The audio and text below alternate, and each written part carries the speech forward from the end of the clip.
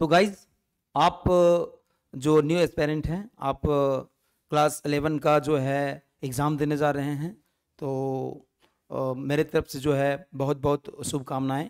आप अच्छे से एग्ज़ाम लिखिए, लेकिन उसके पहले जो है मैं कुछ आप लोगों को बता रहा हूं कि आप अपने परीक्षा में बिल्कुल तनाव नहीं लीजिएगा, और तनाव जो होता है एग्ज़ाम को ख़राब कर देता है। तो आपको तनाव बिल्कुल नहीं लेना है।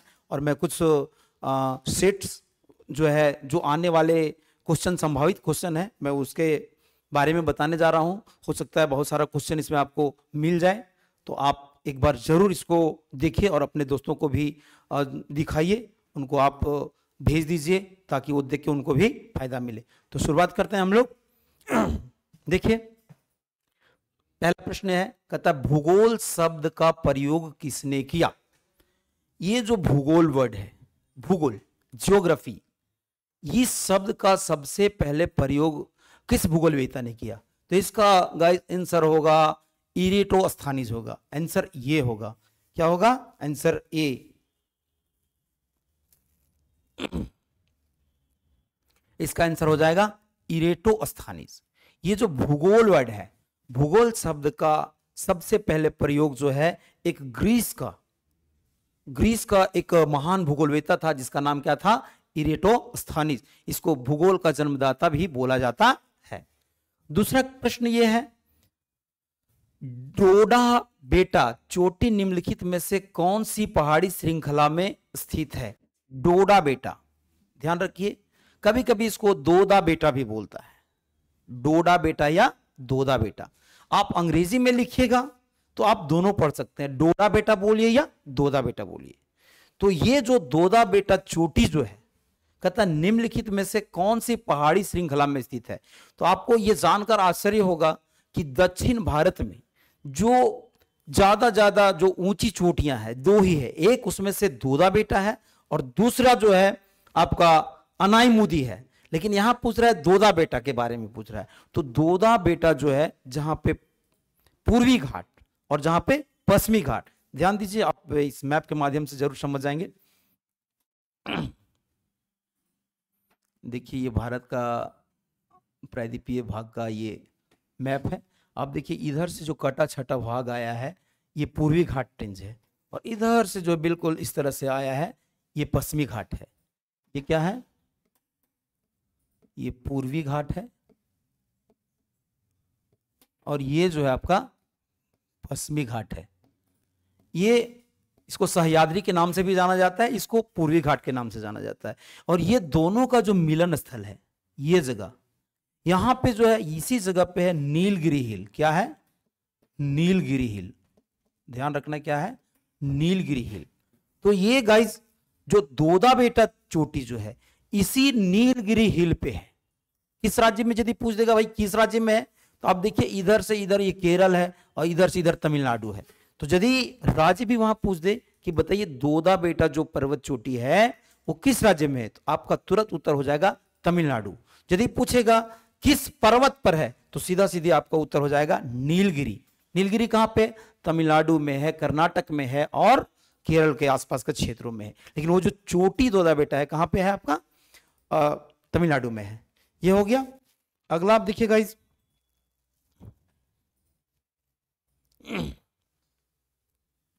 निम्नलिखित में कौन सी नदी द्रोणी भारत में सबसे बड़ी है?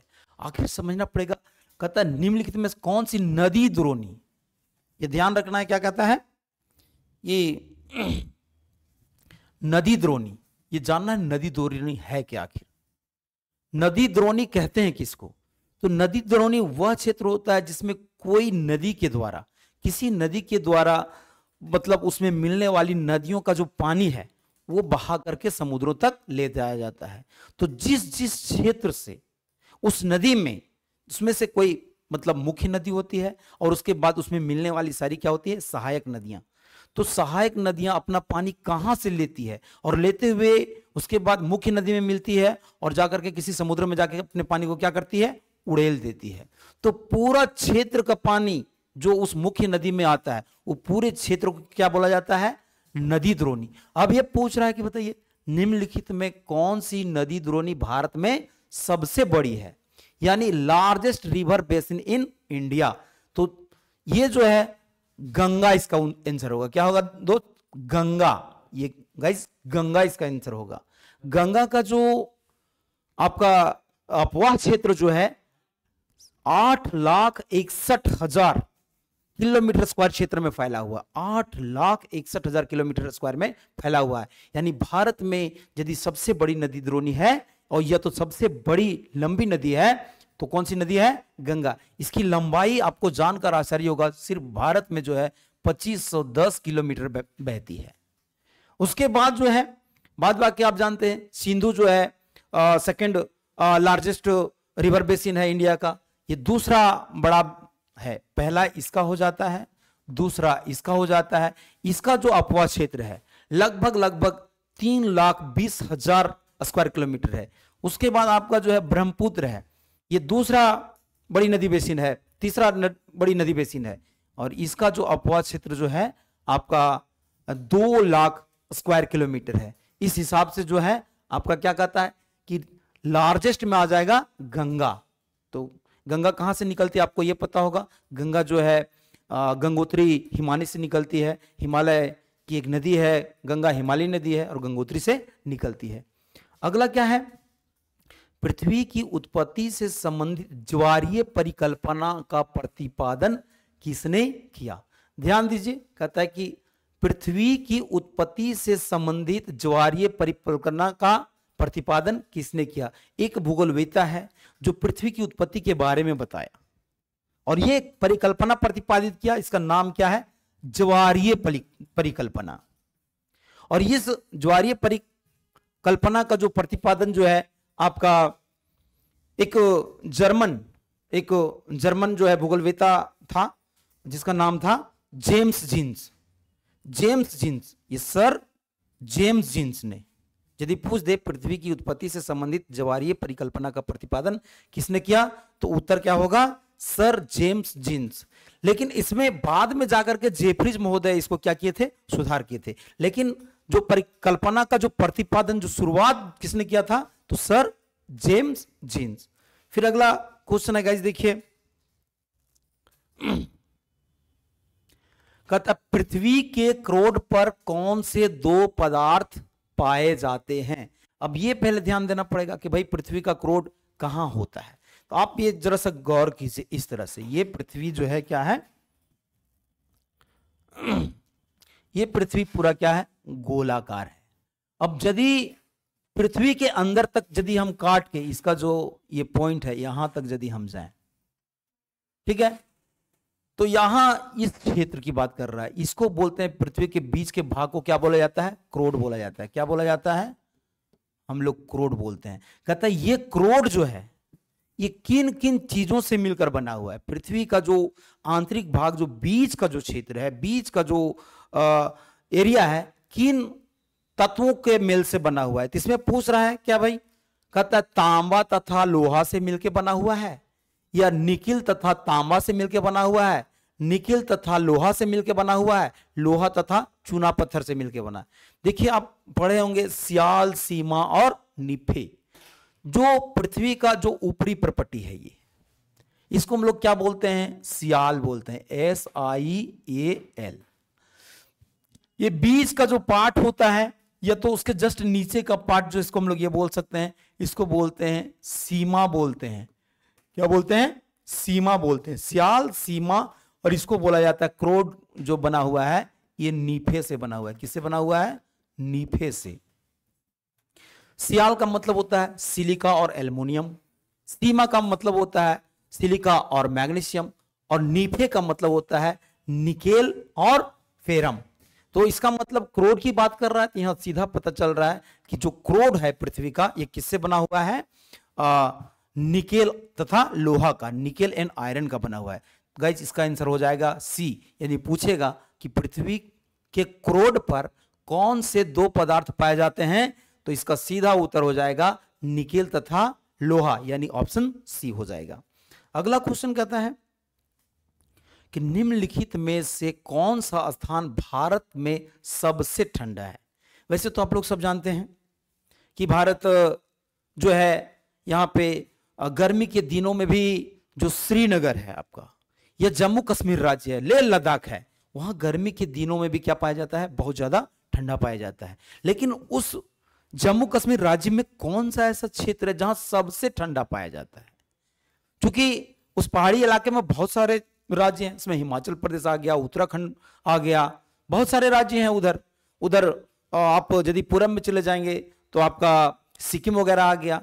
तो लेकिन ये पूछ रहा है कि भाई कौन सा ऐसा क्षेत्र है कहां पे भारत का जो सबसे ज्यादा ठंडा पाया जाता है? तो इसका उत्तर गाइस ये आपका जम्मू कश्मीर का क्षेत्र द्रास हो जाएगा। क्या हो जाएगा आंसर? द्रास। और ये देखिए द्रास हो गया, पहलगांव हो गया, श्रीनगर हो गया, गुलमर्ग हो गया, ये सारे क्षेत्र जो है आपको हिमालयी क्षेत्र हैं। और ये सारे क्षेत्र जो है पहलगांव, गुलमर्ग, ये सब सारे जो है मर्ग, तो सारे जो है जितने भी मर्ग हैं आपका सब, आपका सोनमर्ग, गुलमर्ग सब कश्मीर में, पहलगांव भी कश्मीर में है, श्रीनगर भी कश्मीर में है, जम्मू कश्मीर में, और द्रास भी वहीं पे है।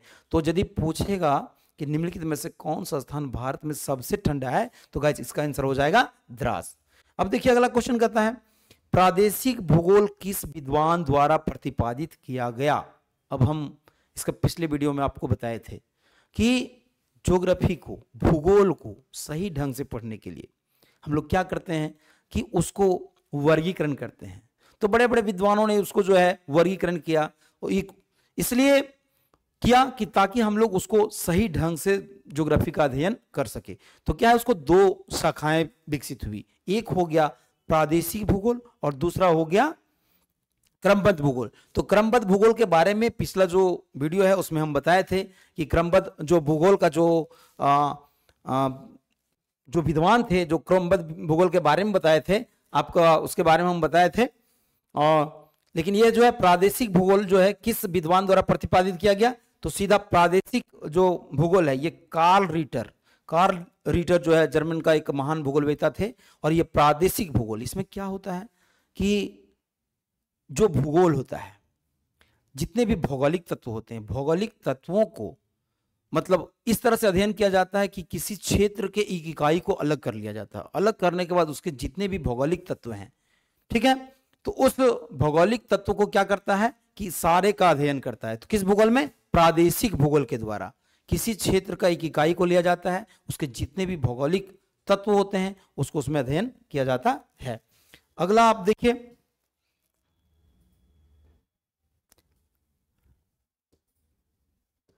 कहता निम्नलिखित याम्योत्तर में कौन सा भारत का मानक याम्योत्तर है? अब भारत का मानक, आखिर सबसे पहले जानना पड़ेगा कि मानक याम्योत्तर क्या है। तो ये मानक याम्योत्तर जो होता है किसी भी देश का हो सकता है। ये मानक याम्योत्तर क्या होता है कि किसी देश का टाइम जोन होता है। हमारे देश में एक टाइम जोन है और उसी से पता चलता है कि भाई किस भी कितना टाइम हुआ, 12 बजा है, 1 बजा है, 2 बजा है। यानी जो है मानक जो ये याम्योत्तर है, ये जो ये याम्योत्तर जो है, ये याम्योत्तर जो है टाइम जोन है। जैसे पूरे पृथ्वी का जो मुख्य याम्योत्तर जो है, ये जो 0 डिग्री जो है, जो ग्रीनविच जीएमटी जिसको बोलते हैं, ग्रीनविच मीन टाइम, जो आप इंग्लैंड से गुजरता है आप जान रहे हैं, उसी तरह जो है आपका भारत का जो है मुख्य याम्योत्तर क्या है, मानक याम्योत्तर क्या है। तो आप देखिए, आपको यहां समझ में आ जाएगा। ये भारत का आपका छोटा सा मैप हम बना रहे हैं।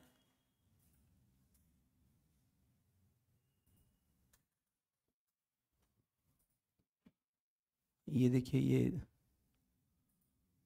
ये छोटा सा भारत का क्या है,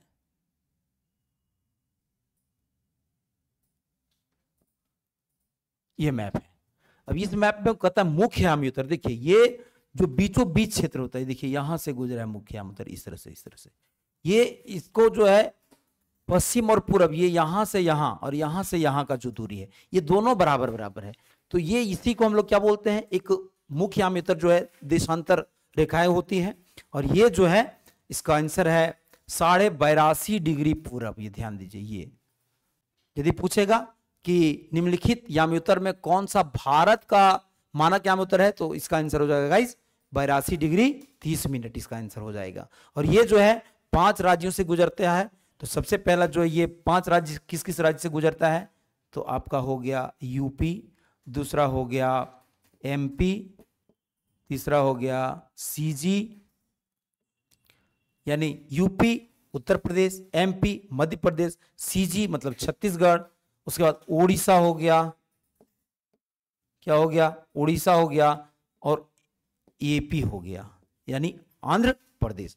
तो यदि पूछ देता है प्रश्न में कि बताइए इनमें से किस राज्य में जो है यामी उत्तर रेखा नहीं गुजरती है, तो उसमें लिखा रहेगा यूपी रहेगा, एमपी रहेगा, सीजी रहेगा, उसके बाद लिख देगा झारखंड, तो आप वहां कंफ्यूज हो जाइएगा। तो ध्यान रखना है कि गुजरने वाला जो स्टेट है यूपी, एमपी, छत्तीसगढ़, उड़ीसा और आंध्र प्रदेश से, ये 5 राज्यों से जो है मुख्य यामी उत्तर गुजरती है। अगला क्वेश्चन देखिए आप लोग, कहता निम्नलिखित में से कौन सी भू आकृति का निर्माण नदी की अपर्दन क्रिया के द्वारा होता है। कहता है नदी, हाँ क्या होता है कि नदी क्या होता है, जब बहता है तो बहने के बाद क्या होता है कि अपने पानी के साथ जो है पूरा मिट्टी को बहा के ले जाता है। तो मिट्टी को बहाने का काम मतलब जो है नदी के द्वारा किया जाता है। जब बाढ़ आता है तो पूरा का पूरा आप देखिएगा कि क्या होता है कि नदी अपने साथ पूरा मिट्टी को क्या करता है, ले जाता है।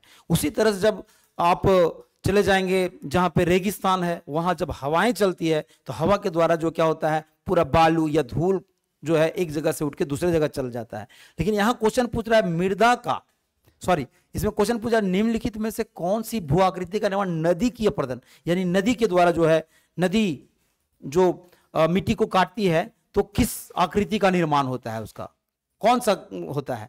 तो देखिए यहां पे आंसर है इसका होगा, इसका आंसर हो जाएगा, यहां पे जॉर्ज लिख दिया है लेकिन इसको हम लोग सीधे बोलते हैं गॉर्ज बोला जाता है। इसको क्या बोलते हैं, गॉर्ज, याद रखिएगा। इंग्लिश में ठीक लिखा हुआ है, हिंदी में टाइपिंग जो है जॉर्ज कर दिया गया, गॉर्ज कहते हैं। ये क्या है कि कटने से होता है। जैसे नदी क्या होता है कि जब मिट्टी को काट के ले जाता है तो कटा हुआ क्षेत्र क्या कहलाता है, गार्ज। बाद बाकी जो डेल्टा है ये निक्षेपण है। निक्षेपण करने का मतलब मिट्टी जाके उठा के किसी जगह पे क्या किया, जब समुद्र जमा कर देता है और ट्रायंगुलर एरिया ऐसा बना देता है तो हम लोग उसको क्या बोलते हैं, डेल्टा बोलते हैं। जलोढ़ पंख क्या होता है कि जब नदियां बहती है, बाढ़ आता है तो पूरा पतला परत जो है, जो उपजाऊ मिट्टी का पतला परत पूरे क्षेत्र में क्या हो जाता है, बिछ जाता है, उसको हम लोग क्या बोलते हैं, जलोढ़ पंख। और बाढ़ का मैदान, जो उतना बड़ा क्षेत्र निर्माण हुआ, जैसे पूरा गंगेटिक जो प्लेन है, गंगा का मैदान है, वो बाढ़ का मैदान होता है। ठीक है, तो आपको समझ में आ गया होगा।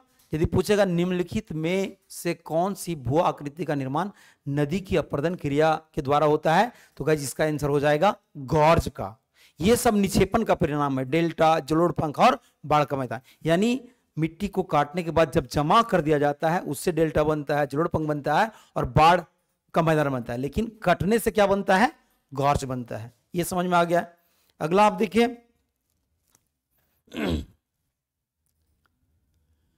कहता है मृदा का सर्वाधिक व्यापक और उपजाऊ प्रकार कौन सा है, यानी कौन सी मृदा जो है सबसे ज्यादा जो है उपजाऊ है।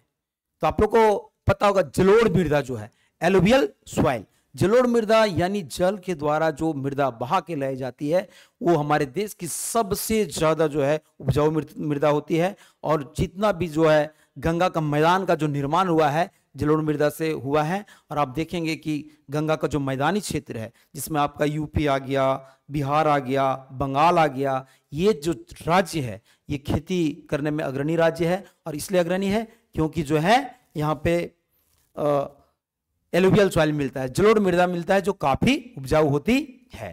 तो ये ध्यान, उपजाऊ का प्रकार पूछा है, व्यापक उपजाऊ, तो जलोढ़ मृदा है। काली मृदा जो है कपास की खेती लिए इंपॉर्टेंट होती है। लाल मृदा जो है काजू वगैरह की खेती होती है। लेटेराइट मृदा, पिछले हम जो वीडियो बनाए थे उसमें बताए थे, लेटेराइट मृदा जो है उसमें क्या होता है कि अत्यधिक वर्षा के चलते जो है उसमें जितने भी पोषक तत्व होते हैं बह जाते हैं, जिसके चलते ये ज्यादा उपजाऊ नहीं होती है।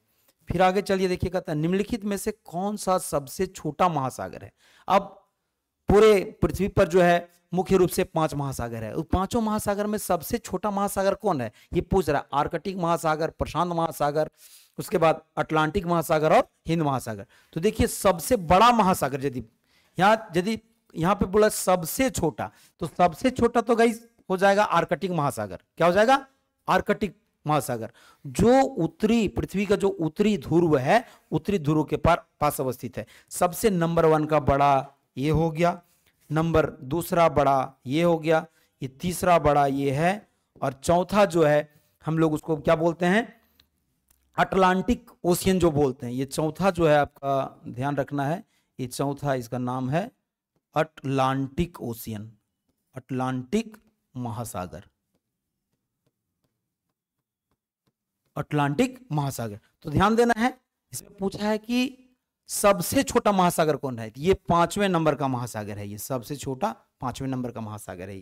तो यदि पूछेगा कि सबसे छोटा महासागर, तो आपका आंसर हो जाएगा आर्कटिक महासागर, और यदि पूछ दे कि सबसे बड़ा महासागर, तो नंबर 1 में क्या है, प्रशांत महासागर, तो आप वहां पे लिखिएगा प्रशांत महासागर। अगला कहता है किस राज्य में लोकताक झील स्थित है। लोकताक, कभी कभी लोकताक को लिखेगा लोकटक झील, तो आपको जानना पड़ेगा भाई हमारे देश में कौन सा राज्य में जो है लोकटक झील स्थित है। तो इसका आंसर होगा सीधा गाइस, आंसर होगा सी, मणिपुर। मणिपुर में लोकटक झील स्थित है। देखिए केरल में एक बड़ा झील है, अगला क्वेश्चन आएगा इसमें। देखिए केरल में जो है बेम्बानार झील बड़ा झील है। उत्तराखंड में जितने भी ताल नाम से, देवताल, भीमताल तरह का जो झील आएंगे, ताल वाले झील आपको याद रखना है कि जितने भी झील के अंत में ताल आता है, जैसे भीमताल झील, ठीक है, देवताल झील, ठीक है, तो आपको उसको जो है आपको लिखना है उत्तराखंड। उसके बाद राजस्थान में, देखिए राजस्थान में बड़े बड़े झीलें हैं, उसमें जय मसंद हो गया, राज मसंद हो गया, ये सब झील हो गया, ठीक है, इस तरह से है। अब अगला क्वेश्चन हम लोग देखते हैं।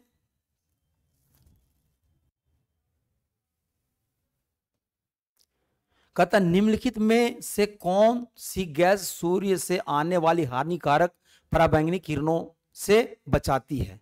अब देखिए सूर्य से जो है पराबैंगनी किरणें निकलती है, क्या है कि सूर्य में रेडियो वायलेट बहुत सारे चीज का उत्सर्जन होता है, जो हमारा पृथ्वी पर जैसे आता है तो यहाँ के जीव जंतुओं, मनुष्य पर खतरा करता है।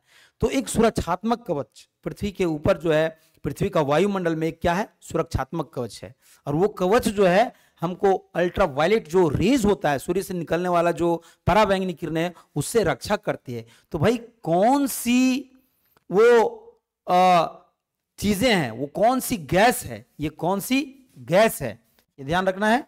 कहता है कौन सी ये गैस है, उस गैस का नाम बताना आपको, ये कौन सी गैस है जो हमको सूर्य से आने वाली अल्ट्रावायलेट किरणों से बचाती है, यानी पराबैंगनी किरणों से।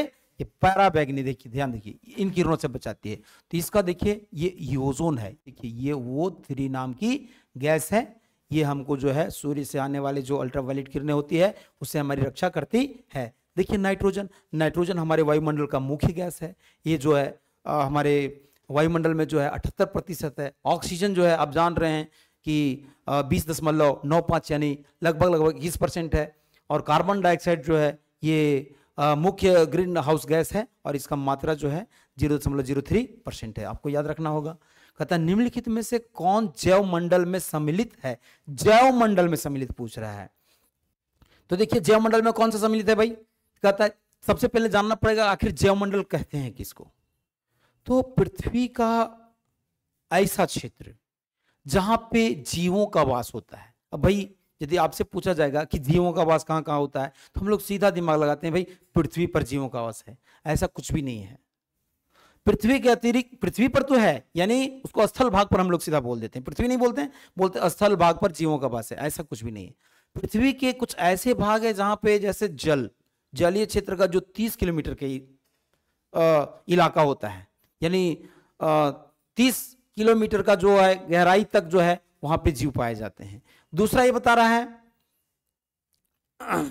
कि वायुमंडल का भी 30 किलोमीटर की ऊंचाई तक जो है कुछ जीव पाए जाते हैं, और जितना भी स्थल मंडल का जो है पृथ्वी का जो 30 किलोमीटर की गहराई, यानी जहां भी बात बोल रहे हैं 30 किलोमीटर, यानी पृथ्वी के 30 किलोमीटर की गहराई तक जो है कुछ जीव पाए जाते हैं, उसी को हम लोग क्या बोलते हैं, जैव मंडल। तो इसमें क्या होगा, पूछ रहा है क्वेश्चन, क्या कहता है कि निम्नलिखित में से कौन जैव मंडल में सम्मिलित है, यानी किन किन क्षेत्रों में जो है जीवों का वास पाया जाता है।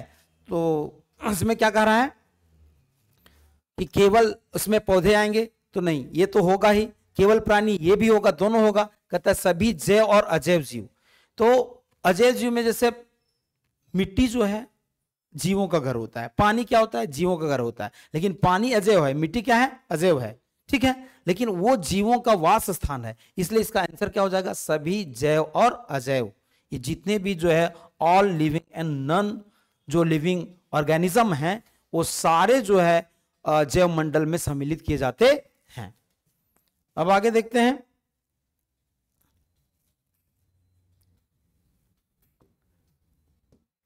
भारत के किस राज्य में बाढ़ अधिक आती है? तो आपको बड़ा इजी सा सवाल है। मतलब आप देखिए कि बाढ़ से प्रभावित जो है भारत का कौन कौन सा राज्य है, और प्रभावित राज्य में सबसे ज्यादा बाढ़ किस जगह पे आता है। तो गाइस आपको मतलब जानकर आश्चर्य होगा कि हमारा जो पड़ोसी राज्य जो है क्या है? बिहार। ये बिहार जो है बाढ़ से सबसे ज्यादा प्रभावित है। बाद बाकी असम भी प्रभावित है बाढ़ से, दूसरा प्रभावित है, तीसरा पश्चिम बंगाल भी बाढ़ से प्रभावित है, उत्तर प्रदेश का जो है पूर्वी भाग कुछ प्रभावित है, बहुत ज्यादा नहीं है। तो आपको आंसर क्या होगा? भारत के किस राज्य में बाढ़ अधिक आती है? तो सीधा सीधी आंसर लिखना पड़ेगा बिहार। बिहार जो है, बिहार से होकर के गंगा नदी बहती है, और गंगा नदी की कई सहायक नदियां जो है जो नेपाल से आती है और पूरे बिहार में क्या लाती है? बाढ़ लाती है। आप अखबार पत्र में देखते होंगे, समाचार पत्र में देखते होंगे कि बिहार का इस क्षेत्र जो है बाढ़ से बह गया, इतने लोग क्या हो गए? बह गए। हर बरसात में जो है इस तरह का हम लोग क्या सुनते हैं? न्यूज सुनते हैं। अगला देखिए क्या कहता है कि निम्नलिखित में से किन पवनों को हिम पक्षी अथवा हिम हरिणी कहा जाता है? अब देखिए ये पवन की बात कर रहा है। किसकी बात कर रहा है? पवन की बात कर रहा है। कहता है निम्नलिखित में से किन पवनों को हिम पक्षी, हिम को पिघलाने वाला, यानी कुछ ऐसे पवन होते हैं जो हिम को क्या करते हैं? पिघला देते हैं। अब जैसे आपको दिमाग में आता होगा भाई जो हिमालय पर्वत है वहां पे पिघलाने वाला कौन सी पवन है? तो वहां उस तरह का कोई स्थानीय पवन है ही नहीं जो वहां के मतलब माउंट एवरेस्ट की चोटी को क्या कर सके? पिघला सके, वहां चलता ही नहीं है। ये पूछ रहा है अब कहां? देखिए कहता स्थल समीर है, लू है, फॉन है, चिनुक है। तो यह ध्यान रखना है कि निम्नलिखित में से किन पवनों को हिम पक्षी अथवा हिम हरिणी, यानी हिम का हरण करने वाला, यानी बर्फ को खत्म कर देने वाला, यानी पिघला देने वाला। हिम पक्षी मतलब हिम को पिघला देने वाला, आखिर कौन सा पवन है? इसका आंसर गाइस हो जाएगा चिनुक। ये ध्यान देना है, चिनुक। चिनुक जो है उत्तरी अमेरिका का जो है गर्म पवन है। क्या होता है कि ये चिनुक जब चलती है तो वहां पे रॉकी पर्वत पे जो भी बर्फ जमता है वो बर्फ जो है पिघल जाता है, इसलिए चिनुक को क्या बोला जाता है? हिम पक्षी अथवा हिम हरिणी कहा जाता है। उसी तरह देखिए ये हमारे उत्तर भारत में, ये उत्तर भारत में चलता है, ये उत्तर भारत का है स्थानीय पवन, उत्तर भारत का स्थानीय पवन है। ये फान जो है आपका देखिए, ये चिनुक कहां पे चलता है? हम क्या बताया अभी आपको? रॉकीज में। ये रॉकी पर्वत कहां पे? ये रॉकी पर्वत नॉर्थ अमेरिका, नॉर्थ अमेरिका का, ये नॉर्थ उत्तरी अमेरिका का है।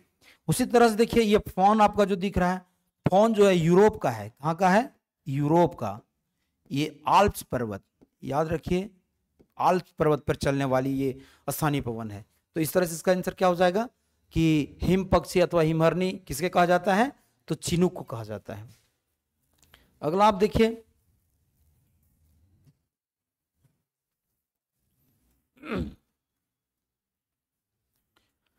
इधर देखिए, कहता नेशनल नहीं, कहता भारत में सबसे अधिक वर्षा होती है। तो कहां होती है? तो आप लोग को पता होगा कि भारत में सबसे वर्षा पहले जो है असम के चेरापूंजी में होता था, इसमें होता था, लेकिन अभी वर्तमान में जो है इसका क्या हो जाएगा? बी हो जाएगा आपका। क्या हो जाएगा? बी, मासिनराम। मासिनराम में जो है भारत में भी सबसे ज्यादा वर्षा होता है। अगला आपको देखना है,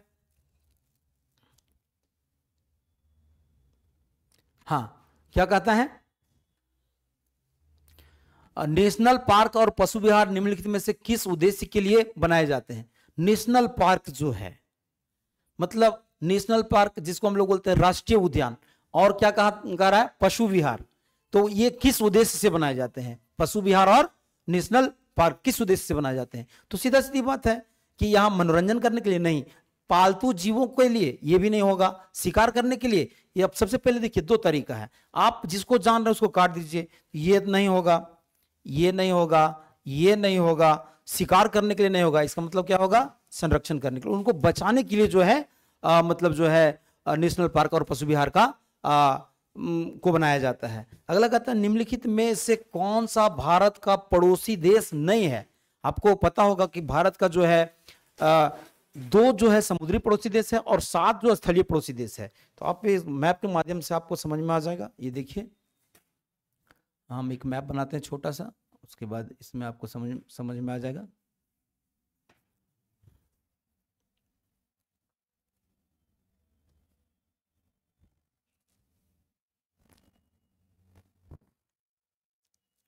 हाँ देखिए इसको,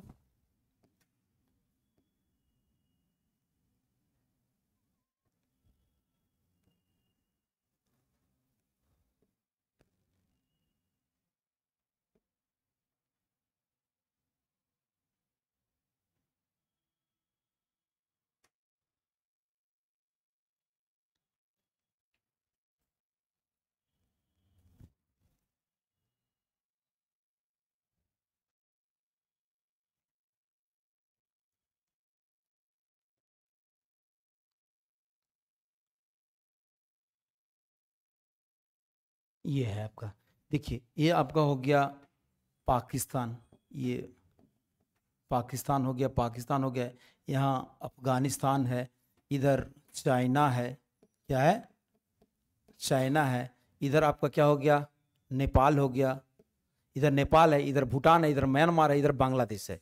तो इसमें क्या पूछ रहा है कि निम्नलिखित में से कौन सा भारत का पड़ोसी देश नहीं है।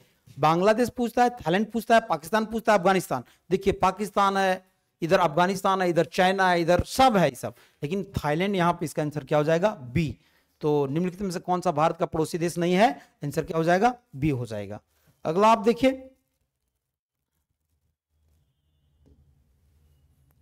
निम्नलिखित में से कौन सा कठोरतम खनिज है पूरे विश्व का, यानी पृथ्वी पर का सबसे कठोर चीज क्या है, हीरा है।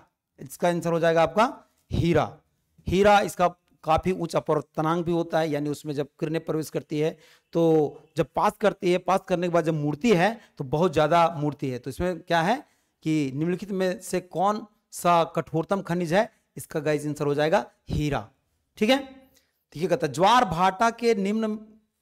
भाटा के निर्माण के लिए कौन सा बल उत्तरदायी नहीं है, यानी कौन सा कारक ऐसा है जो समुद्र का जो है पानी ऊपर और नीचे गिराने के लिए उत्तरदायी नहीं है, ज्वार भाटा के लिए उत्तरदायी नहीं है। गाइस इसका आंसर हो जाएगा आपका पृथ्वी की गुरुत्वाकर्षण कहता है, चंद्रमा की गुरुत्वाकर्षण बोलता है, सूर्य का गुरुत्वाकर्षण बोलता है। इसका सीधा आंसर हो जाएगा कॉरियोलिस शक्ति हो जाएगा। ये कॉरियोलिस शक्ति क्या है कि पृथ्वी के घूर्णन के कारण जो है एक बल पैदा होता है, जिसको हम लोग क्या बोलते हैं, कॉरियोलिस बल बोलते हैं, और ये ज्वार भाटा के लिए उत्तरदायी नहीं है।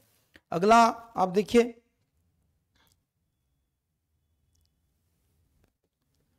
कहता सिंपली पाल जीव मंडल नीचे निम्नलिखित में से किस राज्य में अवस्थित है। सिंपली पाल आपका आंसर गाइस आपका हो जाएगा उड़ीसा। निम्नलिखित जीव मंडल नीचे, ये जीव मंडल नीचे ध्यान रखना है, ये किस राज्य में अवस्थित है, सिंपली पाल कहां पे है, उड़ीसा में हो जाएगा। उसी तरह कहता है निम्नलिखित प्रकार के बादलों में से आकाश में सबसे ऊंचा बादल कौन सा है, यानी आकाश में आप देखिएगा कि भिन्न भिन्न प्रकार का क्या बनता है, बादल बनता है, और भिन्न भिन्न प्रकार का जो बादल बनता है उसका ऊंचाई भी जो है भिन्न भिन्न ऊंचाई में बनता है। तो यहां पूछ रहा है कि निम्नलिखित प्रकार के बादलों में आकाश में सबसे ऊंचा बादल, तो सबसे ऊंचा बादल देखिए पच्छाब। ठीक है, ये कौन सा बादल होता है, पच्छाब। पच्छाब का मतलब जैसे आप आसमान को निहार के देखिएगा तो देखिएगा कि जो पक्षियों का जो पंख होता है उसके जैसा जो है बादल आपको लंबे लंबे मतलब दिखाई देते हैं, उसको हम लोग क्या बोलते हैं, पच्छाब, और सबसे ऊंचाई में वो दिखाई देते हैं। गाइस इसका आंसर निम्नलिखित प्रकार के बादलों में से आकाश में सबसे ऊंचा बादल कौन सा है, गाइस आंसर हो जाएगा इसका पच्छाब। ठीक है, कहता है भूकंप किस प्रकार की प्राकृतिक आपदा है। भूकंप आप जानते हैं कि प्लेट टेक्टोनिक एक ऐसी घटना जिससे क्या होता है, भूकंप होता है, और मानवीय कारक से भी होता है, बट ये कहता है कि किस प्रकार की प्राकृतिक आपदा है, तो वायुमंडल तो है नहीं, भौमिक है। क्या है ये, भौमिक। इसका आंसर हो जाएगा बी, सीधा आंसर आप लिखेंगे बी। जलीय भी नहीं है, जीवमंडलीय भी नहीं है। आगे देखिए, कहता चूना पत्थर का रूपांतरित रूप है, यानी चूना पत्थर जो है जब बहुत ज्यादा ताप दाब बहुत ज्यादा दिन तक रह जाता है तो किस चीज में चूना पत्थर चेंज हो जाता है। देखिए ध्यान रखिएगा, चूना पत्थर जो है संगमरमर में बदल जाता है। किसमें बदल जाता है चूना पत्थर? चूना पत्थर किसमें बदल जाता है? संगमरमर में। स्लेट किसमें? स्लेट जो है किस में बदलता है? सेल में, यानी सेल जो है स्लेट में बदलता है। बलुआ पत्थर जो है इससे जो है क्वार्टजाइट होता है और जिप्सम नहीं है इसका, ठीक है। तो इसका चूना पत्थर का रूपांतरित रूप क्या है, यानी चूना पत्थर जब बदल जाता है तो किस रूप में आ जाता है? तो चूना पत्थर जब बदलता है तो क्या बनता है? संगमरमर का निर्माण होता है। अब देखिए 26 का निम्नलिखित में से कौन सा अत्यधिक सूखा प्रभावित क्षेत्र है, यानी भारत का कौन सा ऐसा यहाँ पे क्षेत्र है जहां पे वर्षा कम होता है। तो इसका आंसर गाइस हो जाएगा ये, इसका आंसर क्या हो जाएगा? गुजरात का कच्छ। आप जानते हैं कि भारत का जो अरावली से पश्चिम के साइड का जितना भी क्षेत्र है उस क्षेत्र में वर्षा बहुत कम होता है। आपका गुजरात का जो कच्छ है वहां पे राजस्थान का पूरा पश्चिमी भाग है, उसके बाद आपका पंजाब का कुछ भाग है, वहां पे बहुत वर्षा कम होता है।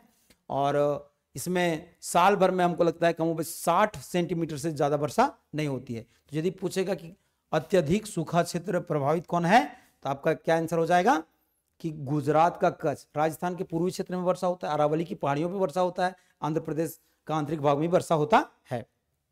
अगला देखिए कहता है दिए गए मानचित्र में कौन सी नदी दर्शाई गई है। यहाँ पे एक नदी दर्शाई गई, देखिए ध्यान दीजिए, ये नदी इसको कई बार मैं बता चुका हूँ। ये नदी जो है नर्मदा नदी है। ये कौन सी नदी है? नर्मदा। और ये अमरकंटक से निकलती है। कहाँ से निकलती है? अमरकंटक से, मध्य प्रदेश अमरकंटक से ये नर्मदा नदी निकलती है। ये ध्यान रखना है, ये कौन सा होगा? नर्मदा। आंसर क्या हो जाएगा? सी हो जाएगा, ठीक है। अगला गाइस कहता निम्नलिखित में से कहां पर दिन तथा रात सबसे बड़ा होता है। तो आप लोग जानते हैं कि दिन और रात जो है पृथ्वी का जो है घूर्णन के चलते दिन और रात होता है। लेकिन पूछ रहा है कि नहीं, निम्नलिखित कहां पर दिन और रात सबसे बड़ा होता है? तो उत्तरी ध्रुव और दक्षिणी ध्रुव दोनों पे। जब दक्षिणी ध्रुव पे दिन बड़ा होगा तो उत्तरी ध्रुव में रात छोटी होगी, सीधा सीधी। उसी तरह जब उत्तरी ध्रुव में जो है दिन बड़ा होगा तो दक्षिणी ध्रुव में क्या हो जाएगा? रात छोटा हो जाएगा। सिंपल सा बात है। यदि पूछेगा निम्नलिखित में से कहां पर दिन तथा रात सबसे बड़ा होता है, तो सीधा आंसर आपका सी हो जाएगा, यानी आंसर सी हो जाएगा, ध्रुवों पर। अगला कहता है भारत के रेखा मानचित्र में दिए गए मरुस्थल की पहचान कीजिए। देखिए यहाँ पे जो है एक भारत का रेखा मानचित्र दिया गया है, इस मरुस्थल का नाम पूछ रहा है कि ये कौन सा मरुस्थल है। कहता है सहारा। तो आपको पता होगा कि सहारा जो है अफ्रीका का बड़ा मरुस्थल है। आटाकामा, देखिए सहारा कहाँ पे है? अफ्रीका में है, इसको याद रखना है आपको। सहारा कहाँ है? अफ्रीका में है। आटाकामा कहाँ पे है? तो दक्षिण अमेरिका में है, दक्षिण अमेरिका में है। उसके बाद थार, ये देखिए ये भारत का ये थार मरुस्थल है, राजस्थान और आपका पाकिस्तान में फैला हुआ है। गोबी जो है एक मध्य एशिया का मरुस्थल है, ये ठंडा मरुस्थल है। बाद बाकी सब सारे जो है ये सहारा, आटाकामा और थार ये सब गर्म मरुस्थल है। अगला देखते हैं, खत्म हो जा रहा है।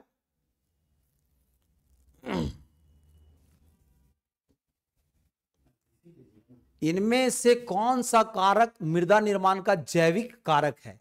तो क्या कहता है, इनमें से कौन सा कारक मृदा निर्माण का जैविक कारक? कहता है मूल पदार्थ, स्थलाकृति, वनस्पति, विकास की अवधि अथवा समय। तो इनमें से कौन सा कारक मृदा निर्माण का जैविक कारक? तो जैविक कारक में इसमें कौन सा है? देखिए मूल पदार्थ दिख रहा है, स्थलाकृति दिख रहा है, विकास की अवधि। जैविक कारक में आपका क्या आंसर आ जाएगा? ये जीव से संबंधित है, वनस्पति। आप समझिए क्या हो जाएगा इसका आंसर? वनस्पति हो जाएगा। 31 नंबर क्वेश्चन है, कहता है कपास की कृषि के लिए सबसे अधिक उपयुक्त मृदा कौन सी है? मैं बता चुका हूं कि कपास की मृदा के लिए सबसे जो उपयुक्त मिट्टी जो है वो कौन सी मिट्टी है? काली मिट्टी है। और ये जो है गुजरात और महाराष्ट्र में बहुतायत मात्रा में पाई जाती है। गाइस अगला क्वेश्चन है, निम्नलिखित में से कौन प्राकृतिक आपदा नहीं है? यानी जो है कि भूकंप, सुनामी, भूस्खलन और परमाणु विस्फोटक। प्राकृतिक आपदा का मतलब जो है वो घटना जो है मानव के द्वारा नहीं, मानव के करने से नहीं, वो अपने आप प्रकृति द्वारा जो है, नेचर के द्वारा जो है घटित होता है। तो वो कौन सी घटना है? तो गाइस इसका आंसर हो जाएगा परमाणु विस्फोटक, परमाणु विस्फोट। ये सब जो है मानवीय कारक है, और ये जो प्राकृतिक घटना नहीं है। बाद बाकी भूकंप, सुनामी और भूस्खलन ये सब जो है सारे प्राकृतिक घटनाएं होती है। अगला कहता है निम्नलिखित में से कौन सी गैस भूमंडलीय तापन के लिए उत्तरदायी है, यानी ग्लोबल वार्मिंग के लिए भूमंडलीय तापन का जो है कारण कौन सा गैस है। तो आप समझिए कि ये इसका आंसर हो जाएगा, आंसर बी हो जाएगा कार्बन डाइऑक्साइड। ये कार्बन डाइऑक्साइड इसलिए है, इसमें एक विशेष गुण है। होता क्या है कि जब सूर्य की किरणें पृथ्वी पर आती है तो ये कार्बन डाइऑक्साइड उसको क्या करती है, ट्रैप कर लेती है, पकड़ लेती है, उसको बाहर फिर से जाने नहीं देती है, जिसके चलते वायुमंडल क्या होता है, असामान्य रूप से गर्म हो जाता है। इसलिए हम लोग इसको कार्बन डाइऑक्साइड को क्या कहते हैं, ग्रीन हाउस प्रभाव गैस भी कहते हैं, ग्रीन हाउस गैस भी कहते हैं। तो जो गर्मी बढ़ रहा है पृथ्वी पर, इसका मुख्य कारण क्या है कि कार्बन डाइऑक्साइड की मात्रा का बढ़ना। अगला कहता है दिए गए मानचित्र में कौन सी चोटी दर्शाई गई है। आप जरा सा देख पा रहे हैं, यहां पे देखिए एक चोटी दर्शाई गई इस जगह पे, और ये कहां पे, नेपाल में है। कहां पे है ये, नेपाल, अपना भारत का भाग नहीं दिख रहा है। अब देखिए तो कौन सा है भाई, तो K2 जो है इस जगह पे है आपका, ये K2 इस जगह पे है, यानी पीओके में, पाक अधिकृत कश्मीर में। दूसरा कहता डोडा बेटा के बारे में अभी मैं बताया कि दक्षिण भारत का ये दूसरी सबसे ऊंची चोटी है, पहली अनाई मोदी बताया। तीसरा कहता है माउंट एवरेस्ट, देखिए यही माउंट एवरेस्ट है, ये माउंट एवरेस्ट है। बाद बाकी महेंद्रगिरी की बात करता है तो महेंद्रगिरी जो है उड़ीसा राज्य में जो है पूर्वी घाट का एक ऊंची चोटी है। अगला क्वेश्चन कहता है कि महाद्वीपीय विस्थापन सिद्धांत का प्रतिपादन किसने किया, यानी महाद्वीपीय विस्थापन। एक आपका भूगोलवेत्ता, क्या नाम है उनका, वेगनर, क्या नाम है उनका, वेगनर, अल्फ्रेड वेगनर, ये जर्मन भूगोलवेत्ता थे। उन्होंने ये बताया कि नहीं, ये जो है जितने भी महासागर है, जैसे अटलांटिक महासागर जो है क्या हो रहा है, धीरे धीरे फैल रहा है, क्या हो रहा है, धीरे धीरे फैल रहा है, और क्या हो रहा है, प्रशांत महासागर धीरे धीरे क्या हो रहा है, सिकुड़ रहा है। तो ये किसने बताया, इस अल्फ्रेड वेगनर, सन 1912 इसमें में याद रखना आपको, 1912 में एक वेगनर महोदय ने क्या दिया, महाद्वीपीय विस्थापन, यानी महाद्वीपों के बीच की दूरी धीरे धीरे क्या होते जा रही है, बढ़ते जा रही है, और समुद्र क्या हो रहा है, कुछ समुद्र का जो है फैल रहा है और दूसरा जो है श्रिंक हो रहा है। तो ये गाइस इस तरह से क्या हो गया आपका समाप्त हो गया, और आशा हम करते हैं कि आप सभी इसको बढ़िया से देखिए और अपने दोस्तों को भी देखने के लिए प्रेरित कीजिए, भेजिए। ये मुझे विश्वास है कि आपको जो आने वाला एग्जाम 28 तारीख में ज्योग्राफी के लिए जो है बहुत कारगर सिद्ध होगा। धन्यवाद।